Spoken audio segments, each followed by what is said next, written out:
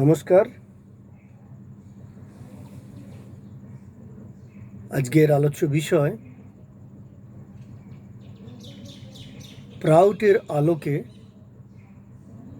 Proud দর্শনের আলোকে সার্বিক কর্মসংস্থান।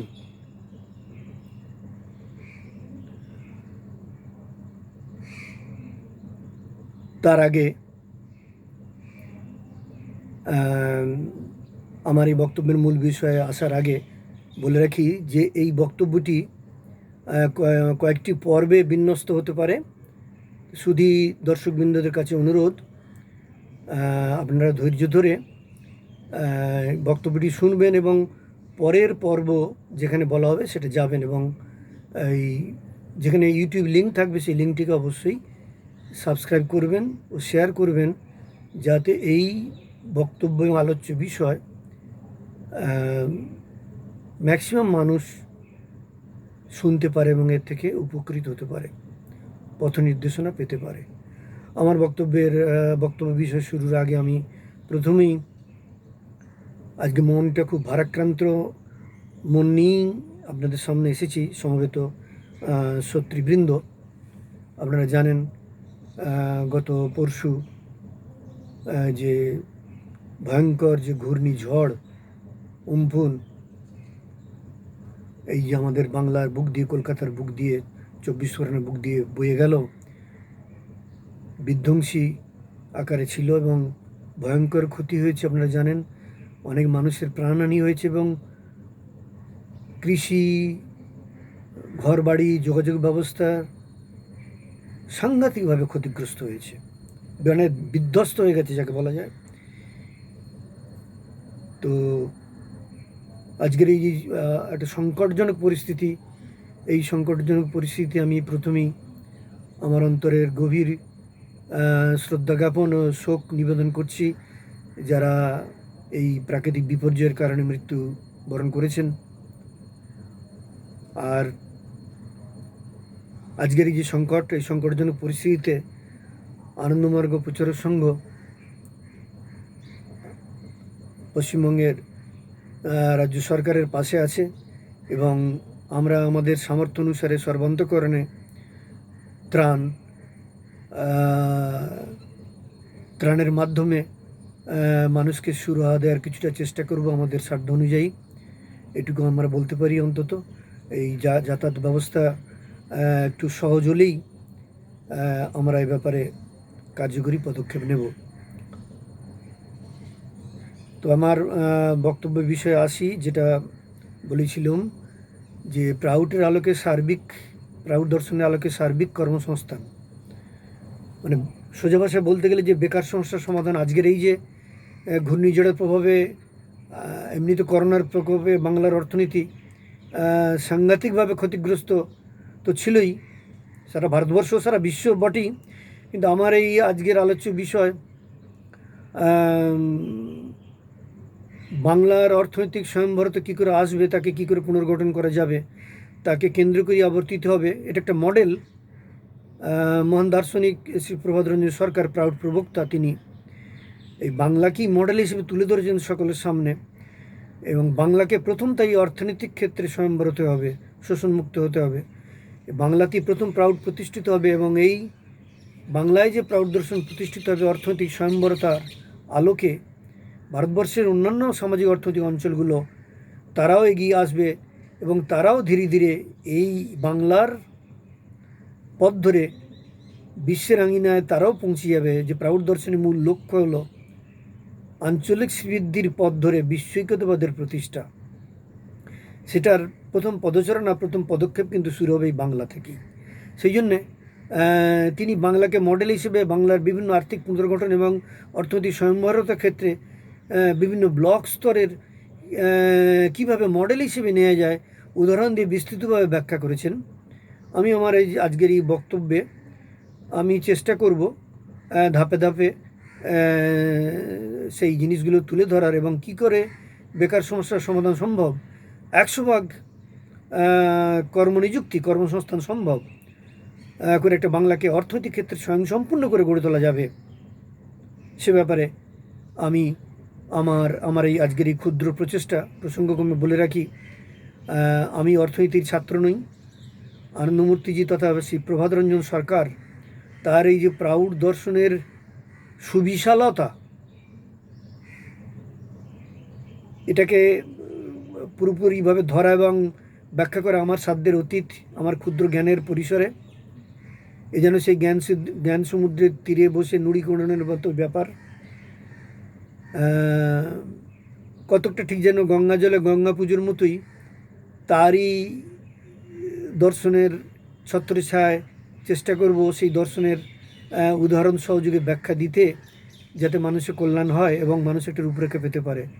যদি সফল হই, তার গরিমা একান্তভাবেই আমার গুরুদেব শ্রী শ্রী আনন্দমূর্তিজি তথা প্রাউড প্রবক্তা শ্রী প্রভাত রঞ্জন সরকারের। আর যদি কোনো ভুল ত্রুটি থেকে থাকে, সেটা একান্তভাবেই আমার। যাই হোক, আমার বক্তব্যে আসি। আজকে আমরা দেখছি যে মানব সভ্যতা এক চরম সংকট মুহূর্তে এসে দাঁড়িয়েছে। এই যে করোনা ভাইরাস, মারণরোগ করোনা ভাইরাস সারা বিশ্ব জুড়ে থাবা বসিয়েছে। অর্থনীতি বিধ্বস্ত হয়ে গেছে। সারা ভারতবর্ষের অবস্থা তাই, বাংলার পরিপ্রেক্ষিতে আমরা দেখছি। এর সাথে সাথে এই সংকটের সঙ্গে সঙ্গে যুক্ত হয়েছে মানবিক মূল্যবোধের অবক্ষয়, যেটা আগে থেকেই অবক্ষয় হতে হতে বর্তমানে চরম সময়ে এসছে। সামাজিক অবক্ষয়, রাজনৈতিক উদ্দেশ্য প্রণীত অমনোবৈজ্ঞানিক শিক্ষা ব্যবস্থা, তারপরে সংস্কৃতির নামে বেলেল্লাপনা, ধর্মের নামে সাম্প্রদায়িকতা, মৌলবাদ, অর্থনৈতিক বৈষম্য, অসহ্য দারিদ্র্য, বেকারত্ব, লাগাতার অনাহার, সব একসঙ্গে মানব সমাজকে যেন অক্টোপাসের মতো আষ্টে পৃষ্ঠে পিষে ফেলতে চাইছে। খাদের কিনারা নিয়ে এসে দাঁড়িয়েছে গোটা সমাজ ব্যবস্থাকে। আর এই ফলশ্রুতি গোটা সমাজ ব্যবস্থার মানুষের নৈতিক মানের চরমভাবে অবক্ষয় হচ্ছে এবং হয়ে চলেছে। উত্তরণের পথ, মানুষ দিশাহারা, সর্বক্ষেত্রে উত্তরণের পথ কারো কাছে নেই। এমত অবস্থায় আমি আমার আগের বক্তব্যে বলেছি, যুগপুরুষ শ্রী প্রভাত রঞ্জন সরকার প্রাউড প্রবক্তা হিসেবে তিনি মানুষকে আশার আলো দেখিয়েছেন তার এই প্রাউড দর্শনের মাধ্যমে। এই প্রাউড দর্শনের মাধ্যমে। প্রাউড কথাটা পুরো অর্থ হলো প্রগতিশীল উপযোগ তত্ত্ব, প্রোগ্রেসিভ ইউটিলাইজেশন থিওরি। প্রোগ্রেসিভের প্রো, ইউটিলাইজেশনের ইউ এবং থিওরি টি নিয়ে তৈরি হয়েছে প্রাউড। এটা একটা অ্যাব্রিভিয়েশন। তাহলে প্রাউড দর্শনের বৈশিষ্ট্যটা হলো সমাজের প্রতিটি মানুষের জন্য খুব সোজা ভাষায় অন্ন, বস্ত্র, বাসস্থান, শিক্ষা, চিকিৎসার গ্যারান্টি প্রদান করা, ন্যূনতম প্রয়োজন পূর্তির গ্যারান্টি দেওয়া এবং ক্রয় ক্ষমতার গ্যারান্টি দেওয়া। শুধু গ্যারান্টি দেওয়া না, ক্রয় ক্ষমতার ক্রমবৃদ্ধির ব্যবস্থা রয়েছে এই প্রাউড দর্শনে। আর এই জিনিসটা করতে গেলে আজকে সমাজে যে ভয়াবহ দারিদ্র্য এবং বেকার সমস্যা, সেটা সমস্যার সমাধান করতে হবে। মানুষকে ক্রয় ক্ষমতার ব্যবস্থা করতে হবে। ক্রয় ক্ষমতার গ্যারান্টি দিতে গেলে তার কর্মসংস্থানের ব্যবস্থা করতে হবে, যেটা আজকের এই সমাজের সবথেকে বড় অভাব। আমাদের এই পশ্চিমবঙ্গেই অ্যাকচুয়াল ডাটা তোমার কাছে নেই, কিন্তু যতদূর মনে হয় প্রায় 1 কোটির উপরেই বেকার, নথিবদ্ধ বেকার। নথিবিহীন বেকার তো আর হবে। তো এই যে অবস্থা, কর্মসংস্থানের একটা বিরাট সমস্যা। এটা সরকারের কাছে কোনো জাদুদণ্ড নেই, যে সরকারি ক্ষমতায় আসুক, কারণ সে আদর্শ কোথায়? সে আদর্শ কারো কাছে নেই। কি কেন্দ্র কি রাজ্য, তারা তাৎক্ষণিক ব্যবস্থা নিতে পারে, কিন্তু কর্মসংস্থানের ব্যবস্থা করা সমস্ত মানুষের জন্য, সামাজিক অর্থনৈতিক বৈষম্য দূর করা, এটা তাদের ক্ষমতার বাইরে। তো আজকে প্রাউড সেই পথে দেখিয়েছে, যা দেখাতে আজকের সমাজে যে প্রচলিত দুটো অর্থনৈতিক তত্ত্ব এসেছিল, একটা হলো পুঁজিবাদ এবং আরেকটা হলো তার পুঁজিবাদের ত্রুটি দেখিয়ে এসেছিল মার্ক্সবাদ। দুটোই ব্যর্থ। এই ধনতন্ত্র, মার্ক্সবাদ দুটোই ব্যর্থ। দুটো তত্ত্বই কেন্দ্রিত অর্থনীতির হয়ে সওয়াল করেছিল। দুটো তত্ত্বই কেন্দ্রিত অর্থনৈতিক ব্যবস্থা প্রচার এবং প্রসার করেছিল। এর উপরে দাঁড়িয়েছিল এবং দাঁড়িয়েছিল বলছে এই জন্যে বর্তমানে কমিউনিজমের অকাল মৃত্যু হয়েছে, তাই এখন রয়ে গেছে শুধুমাত্র পুঁজিবাদ। তাহলে ভারতবর্ষের প্রাউড পূর্বক এখানে বলছেন যে যেখানে এই দুটো তত্ত্বেই বেষ্টির একটা তত্ত্বে বেষ্টির অবাধ স্বাধীনতার কথা বলা হয়েছে। আমি এখানে আসছি, ইতিহাসের অর্থনীতির ইতিহাস পর্যালোচনা করলে দেখা যায় যে অষ্টাদশ শতাব্দীতে ইউরোপে রুশো, ভলতেয়ার, সের্গতে প্রমুখ দার্শনিকদের সঙ্গে গলা মিলিয়ে অর্থনীতিবিদ অ্যাডাম স্মিথও অর্থনৈতিক ক্ষেত্রে বেষ্টির অবাধ স্বাধীনতার হয়ে সওয়াল করেছিলেন। তার তত্ত্ব ছিল লেস ফেয়ার। তিনি বলেছিলেন বেষ্টি মানুষকে অর্থনৈতিক ক্ষেত্রে অবাধ স্বাধীনতা প্রদান করলে সমগ্র সমাজেরই কল্যাণ হবে।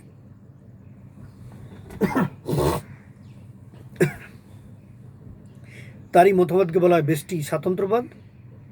আর এ থেকেই জন্ম নিয়েছিল পুঁজিবাদ বা ধনতন্ত্র। এই পুঁজিবাদের পথ ধরে সমাজে সৃষ্টি হয়েছিল শোষক এবং শোষিত। সমাজের এক শ্রেণী মানুষের ঘরের সম্পদের পাহাড় রচিত হয়েছে এই পুঁজিবাদের প্রভাবে, কুপ্রভাবে। আর এর মাসুল হিসেবে বিশ্বের কোটি কোটি মানুষকে ক্ষুধার জ্বালায় শুকিয়ে মরতে হয়, তিল তিল করে শুকিয়ে মরতে হয়। এটা আমরা ইতিহাসে দেখেছি এবং এখনও দেখছি আমরা ভুক্তভোগী যারা সাধারণ মানুষ। ধনতন্ত্রের ব্যর্থতার সমাজের এই দুর্দিনে কিছু একজন ধনতন্ত্রের মানুষকে সবার জন্য পথ দেখাতে পারল না। তার ত্রুটিতে কি আমরা জানি সমাজে আবির্ভূত হয়েছিল কার্ল মার্ক্সের কমিউনিজম, কিন্তু সেটাও মানুষকে পথ দেখাতে পারেনি। যে ধনতন্ত্রের বেষ্টির অবাধ স্বাধীনতার কথা বলা হয়েছিল, এখানে সেই বেষ্টি স্বাধীনতার বিলোপ সাধন করা হলো। তারা বললেন না সমষ্টি, কমিউনিজমে তাই সমষ্টির স্বার্থে বেষ্টি স্বাধীনতাকে বলি দেওয়া হয়েছিল। আর এই বলি দেবার যে আত্মঘাতী প্রচেষ্টার ফলশ্রুতি কি হলো, কি যে কত ফলশ্রুতি যে কত বিভীষিকাময় হতে পারে, আমরা কমিউনিস্টদের সেকালের স্বর্গভূমি বা পিতৃভূমি যাকে আমরা বলি সোভিয়েত ইউনিয়ন ও এবং তার ছত্রছায়া আশ্রিত পূর্ব ইউরোপের যে কমিউনিস্ট দেশগুলি, আমরা সে দেশের মানুষ তা হাড়ে হাড়ে টের পেয়েছে কমিউনিজম কি বিষম বস্তু। মানুষ দেখেছে স্ট্যালিন, হোনেকার, এরিক হোনেকার, চাউসেস্কির মতো স্বৈরতন্ত্রী অত্যাচারী শাসকদের হাড়িম করা নির্যাতন, লক্ষ লক্ষ মানুষ কীভাবে তারা হত্যা করেছিল শ্রেণী স্বার্থের দোহাই দিয়ে। আর তাই তো আমরা দেখি 1917 সালে রাশিয়াতে লেনিনের নেতৃত্বে যে বলশেভিক রেভলিউশন হলো, যার সাম্রাজ্যের পতনের ফলে যে তারা বলশেভিক বিপ্লবের দ্বারা কমিউনিস্ট সরকার প্রতিষ্ঠা করলো, তার 74 বছরের মাথায় কিন্তু এই কমিউনিজম স্ট্রাকচারটা হুড়মুড়িয়ে ভেঙে পড়লো, তাসের ঘরের মতো ভেঙে পড়লো। কমিউনিজমের হলো অকাল মৃত্যু। জনগণ অনুভব করলো কমিউনিজমের স্লোগান ছিল স্রেফ একটা ধাপ্পা। সোভিয়েত ইউনিয়ন ভেঙে টুকরো টুকরো হয়ে গেল। ক্ষিপ্ত জনগণ বিভিন্ন দেশের ওই কমিউনিস্ট দেশের অত্যাচারী শাসকদের শাসন ক্ষমতা থেকে টেনে তাদের ছুঁড়ে ফেলে দিল। কমিউনিজমের হয়ে গেল অকাল মৃত্যু। ইতিহাসের রাস্তা করে স্থান হলো কমিউনিজমের। এটা ইতিহাস। কিন্তু যাই হোক, কিন্তু কমিউনিজমের অকাল মৃত্যুর পরে আবার সেই পুঁজিবাদ বর্তমানে সারা পৃথিবী তারা শোষণ করছে, তাদের শোষণের লুতাতন্তু ছড়িয়ে দিয়েছে সারা পৃথিবীর কোণে কোণে। কেউ এর থেকে রেহাই পাচ্ছে না। আর আমরা দেখছি এই যে ধনতন্ত্র যে অব্রংলেই শোষণ, তাদের যে বলগাহীন শোষণ, সেই তাদের বলগাহীন শোষণের ফলে কি হচ্ছে সমাজে, ওই যে লক্ষ কোটি মানুষ, বুভুক্ষ মানুষ, মৃত্যুর মিছিল, অনাহার, এটা আমরা দেখে চলেছি। কাজেই ধনতন্ত্রের যে কেন্দ্রিত অর্থনৈতিক ব্যবস্থা, এটাও মানুষকে কল্যাণ দিতে পারেনি। এমত অবস্থায় মহান দার্শনিক শ্রী প্রভাতরঞ্জন সরকার তার প্রবর্তিত সামাজিক অর্থনৈতিক দর্শন প্রাউড, তিনি কি বললেন, বিকেন্দ্রিক, এই যে প্রচলিত দুটো তত্ত্বই ছিল, অর্থনৈতিক কেন্দ্রিকতার নীতি অনুসরণ করেছিল। তিনি বললেন না, অর্থনৈতিক কেন্দ্রিকতার নীতি অনুসরণ করলে কোনোদিনই মানুষের কল্যাণ হবে না, শোষক শোষিতের মধ্যে ব্যবধান দূর হবে না, সমাজের শোষক শোষিত রূপে দুটো গোষ্ঠী থেকেই যাবে। তাই সমাজে এই শোষক শোষিতের অবসান ঘটাতে গেলে শোষণের অবসান ঘটাতে হবে, আর সেটা একমাত্র সম্ভব বিকেন্দ্রিত অর্থনীতির রূপায়ণের মাধ্যমে। তো এই প্রাউড দর্শন হচ্ছে সেই বিকেন্দ্রিত অর্থনীতি। আমার আজকের আলোচনা আবর্তিত হবে এই প্রাউডের বিকেন্দ্রীকরণ, বিকেন্দ্রিত অর্থনৈতিক ব্যবস্থা কিভাবে আসবে সেটার উপর ধরেই আমার আলোচনা এগোবে। এই বিকেন্দ্রীয় অর্থনীতির মূল কথা হলো অর্থনৈতিক গণতন্ত্র, অর্থাৎ স্থানীয় জনসাধারণের হাতে অর্থনৈতিক ক্ষমতাকে তুলে দিতে হবে। স্থানীয় জনসাধারণই হবে অর্থনৈতিক ক্ষমতার নিয়ামক এবং নিয়ন্ত্রক। তারাই অর্থনৈতিক সিদ্ধান্ত গ্রহণের ক্ষমতা তাদের সর্বান্তকরণে থাকবে। আর এই যে পুঁজিপতিরা, এদের সম্বন্ধে প্রাউড প্রবক্তা বিভিন্ন জায়গায় বিস্তৃতভাবে বলেছেন। তিনি এক জায়গায় বলছেন এই ধনলোলুপ বৈশ্যদের সম্বন্ধে, তিনি বলছেন এরা হলো রক্তমক্ষক পিশাচ।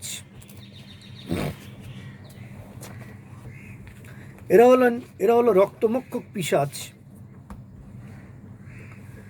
এই রক্তমক্ষক পিশাচ বৈশ্যদের স্বভাব বোঝা ভার। এরা কখনো বিশুদ্ধ জল ছেঁকে পান করে, আবার কখনো দূষিত রক্ত না ছেঁকে পান করে। এরা কখনো ক্রেতার মস্তকে পদাঘাত করে, আবার স্বার্থের জন্য কখনো কখনো তার পদতলে তৈলমর্দন করে। লোভবৃত্তিকে আজকের বৈশ্যের দল লাগাম ছাড়া ঘোড়ার মতো ছুটিয়ে দিয়েছে। এরা শুধু রক্তপান করেই ক্ষান্ত হয় না, হাড় মাংস চিবিয়ে খায় আর চামড়া দিয়ে ডুগডুগি বাজায়। চামড়া দিয়ে ডুগডুগি বাজাতে বাজাতে ধর্মকথা শোনায়। এই যে ধনলোভ বৈশ্যদের এই যে অবস্থা, এ থেকে মানব সমাজকে বাঁচানোর জন্যই আনন্দমূর্তিজি তথা প্রাউড প্রবক্তা এই প্রগতিশীল উপযোগ তত্ত্বের কথা বলেছেন। প্রগতিশীলতা কেন? দেখবেন এই মহান দার্শনিক শ্রী প্রভাতরঞ্জন সরকারের চিন্তাধারা বিংশ শতাব্দীর মানুষের বৌদ্ধিক জগতে, বিশেষ করে সমাজ দর্শন বা অর্থনৈতিক তত্ত্বের ক্ষেত্রে একটা বড় রকমের পদক্ষেপ বলে আমরা মনে করি। এর আগে পৃথিবীর প্রচলিত মতবাদকে এমনভাবে সামগ্রিকভাবে কেউ চ্যালেঞ্জ জানানোর দুঃসাহস দেখাননি। শ্রী প্রভাতরঞ্জন সরকারের নতুন সমাজতত্ত্ব ও অর্থনৈতিক চিন্তাধারা গত 200 বছরের চিন্তাধারার মূল ধরে নাড়া দিয়েছে, যা পুরোপুরি বৈপ্লবিক চেতনায় পরিপূর্ণ। আজকের শোষিত মানুষের পক্ষে এই ঐতিহাসিক পুরুষ তথা যুগপুরুষ তার